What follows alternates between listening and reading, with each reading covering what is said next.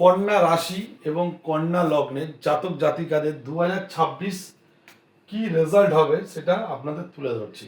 এটা হচ্ছে কন্যার ঘর, ঠিক আছে। লগ্ন থাকলে কন্যা লগ্ন, রাশি থাকলে কন্যা রাশি। তাহলে কন্যা রাশি কন্যা লগ্নের জাতক জাতিকাদের 2026, তাহলে 2025-এ বৃহস্পতি এখানে অবস্থান করাতে আপনাদের মোটামুটি ঠিকঠাকই চলছিল।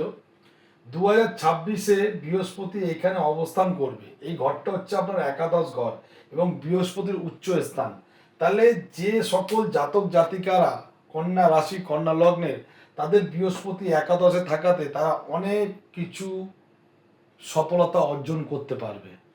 যদি তারা ভালো চাকরি করে সেই চাকরির ক্ষেত্রে আরও উচ্চ পদ যাবে, তাদের রানিং ইনকাম বাড়বে, ঠিক আছে।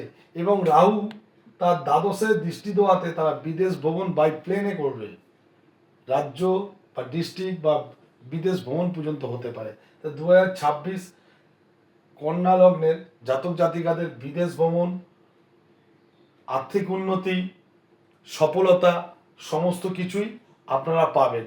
যে সকল জাতক জাতিকারা কন্যা রাশি কন্যা লগ্নের 2026-এ বিয়ে করতে যাচ্ছেন, যেহেতু শনি এখানে অবস্থান করাতে আপনি বিয়ে যখন করবেন দেখবেন আপনার বিয়েটা কাস্টের বাইরে ম্যাক্সিমাম সম্বন্ধগুলো আসছে, বা আপনি যদি প্রেম করে থাকেন সেটাও কাস্টের বাইরে।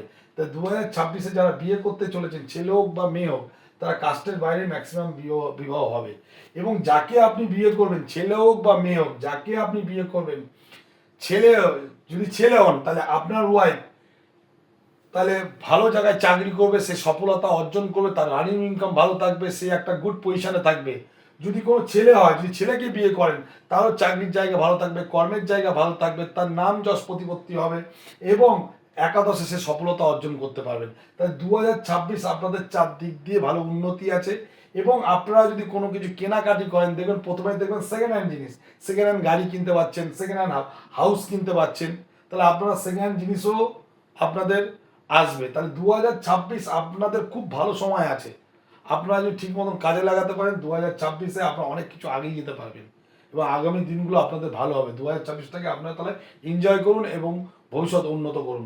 দেখুন আপনারা 2026-এ ভালো একটা অবস্থান করবেন। ভিডিওটি ভালো লাগলে একটা লাইক অবশ্যই করবেন এবং শেয়ার করবেন।